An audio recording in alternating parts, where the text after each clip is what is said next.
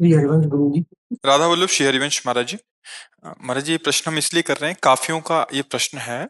आज के वैवाहिक जीवन में दो पहलुओं में से एक माता पिता, दूसरी धर्म पत्नी, दोनों को साथ साथ लेकर भजन करना सुसाध्य नहीं हो पा रहा महाराज जी।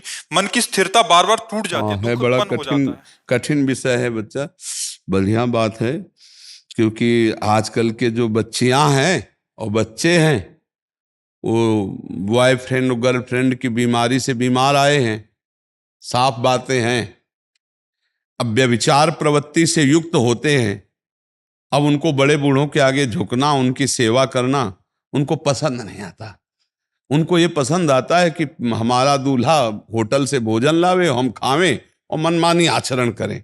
उनको बड़े बूढ़ों की सेवा करें। उनको ये सत्संग अच्छा नहीं लगेगा। तो ये तो आपके भाग्य हैं कि आप यहाँ पूछने आए हो।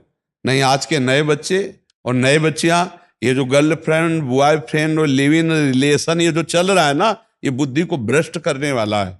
गंदे आचरणों से बुद्धि भ्रष्ट होती है, और जिसकी बुद्धि भ्रष्ट होती है वो बड़े बूढ़ों की आराधना नहीं करता।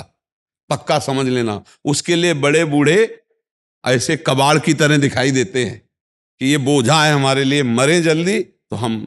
पर बच्चा, तुम्हारी बुद्धि कहीं ना कहीं शुद्ध है, तो आप अपने माता पिता का त्याग मत करना। और पत्नी अर्धांगिनी होती, इसलिए उसको दुख देने की चेष्टा मत करना। ऐसी विवेक से चलो कि पत्नी को भी संतुष्ट कर पाओ और माता पिता की भी सेवा करो। क्योंकि पत्नी अर्धांगिनी है, उसका त्याग आपकी तरफ से उचित नहीं, धर्म नहीं कहता। और पत्नी के बस में होकर माता पिता की त्याग वृत्ति करना, या कटुवचन बोलना, या पिटाई करना, या इस तरह के आचरण करना तुम्हें नरक ले जाएगी दोनों को। इसलिए हमारी राय है कि ऐसी व्यवस्था रखो कि पत्नी भी संतुष्ट रहे और माता पिता की भी सेवा हो। ना पत्नी का त्याग करो, ना माता पिता। अगर इस बात में वो राजी नहीं है, वो आपको त्याग कर रही है, तो फिर आप माता पिता का त्याग ना करते हुए वो त्याग रही, तुम्हें तो त्याग देने दो। हमारी बात समझना। माता पिता के कोई आय का साधन है नहीं, और मैं जब कभी भी कुछ धन देना चाहता हूँ तो उसमें उनको बड़ा दुख होता है, मेरी धर्मपत्नी को। नहीं, नहीं होना चाहिए। तो इससे फिर मुझे भी दुख होता है। अब नतीजन ये बात मेरे माता पिता को पता लगी, तो अब उन्होंने पैसा लेना बंद कर दिया मेरे से, और दुखी रहते हैं। नहीं नहीं नहीं बच्चा, नहीं, उनके पैर छू। बहुत दुखी रहते नहीं, हैं उनको मेरे बाबा। नहीं नहीं नहीं, आप उनको बहुत धन्यवाद। आप अपने माँ बाप के प्रति इतने दयालु हृदय हैं, उत्साह। आप देखो, उन्होंने मुझे इस काबिल बनाया, आज मैं भारतीय वायुसेना में सेवक हूँ। हाँ बिल्कुल बिल्कुल। लेकिन आपको पत्नी को थोड़ा विवेकवान होकर समझाना पड़ेगा। उससे नफरत मत करना। नहीं उसको, हाँ, उसको भी प्यार करो। अपने माता पिता के पास अर्थ पहुंचाओ और उनके पैर छू के कहो कि हमारा रोम रोम, एक एक बूंद खून आपकी सेवा के लिए। आप अगर नकारेंगे तो ठीक नहीं रहेगा। कि देखो, तुम्हारी पत्नी भी ना नाराज हो और तुम्हारे माता पिता की सेवा बने। इसके लिए थोड़ी बेईमानी करो अपनी पेमेंट से। यद्यपि वो ईमानदारी है कि जैसे पत्नी का अधिकार आपके धन पर है, ऐसे माता पिता का भी अधिकार है। क्योंकि माता पिता के संयोग से शरीर पुष्ट हुआ है और पत्नी उसी शरीर का भोग कर रही, तो माता पिता का अधिकार प्रथम है। तो हम बेईमानी इसलिए करें कि झगड़ा ना हो। लेकिन परस्पर थोड़ा इतना अनुशासन तो होना चाहिए। वो ये नहीं समझती कि माँ बाप ने पैदा किया, इसका अधिकार है माता पिता की सेवा करना। अब तुम जो पूरी पेमेंट पाते हो केवल पत्नी को ही दे दो, ये अधर्म है।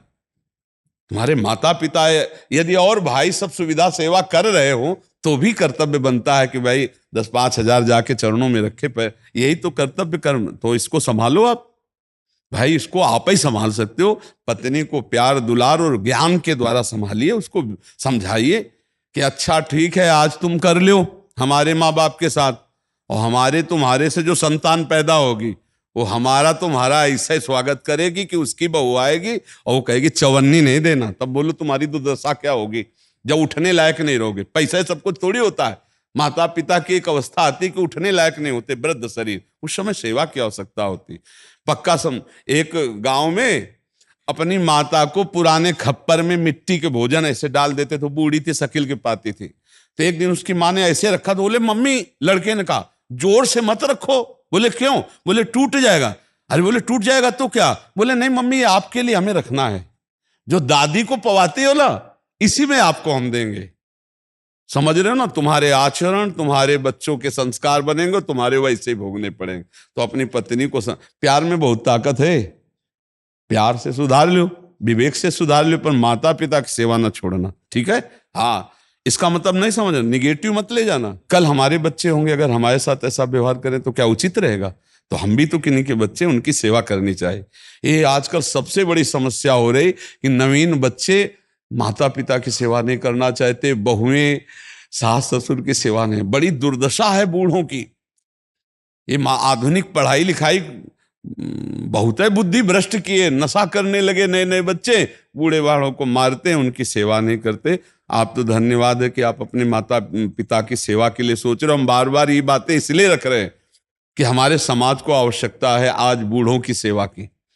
कई ऐसे हमने बूढ़े देखे जिनको घर से निकाल दिया गया है और एक पैसा नहीं और चलने लायक नहीं है। बहुत उनको भगवान की तरह सेवा करनी चाहिए। बूढ़ों को आशीर्वाद जानते हो, भगवान का आशीर्वाद होता है, क्योंकि असमर्थ होते बूढ़े। माता पिता की सेवा करो।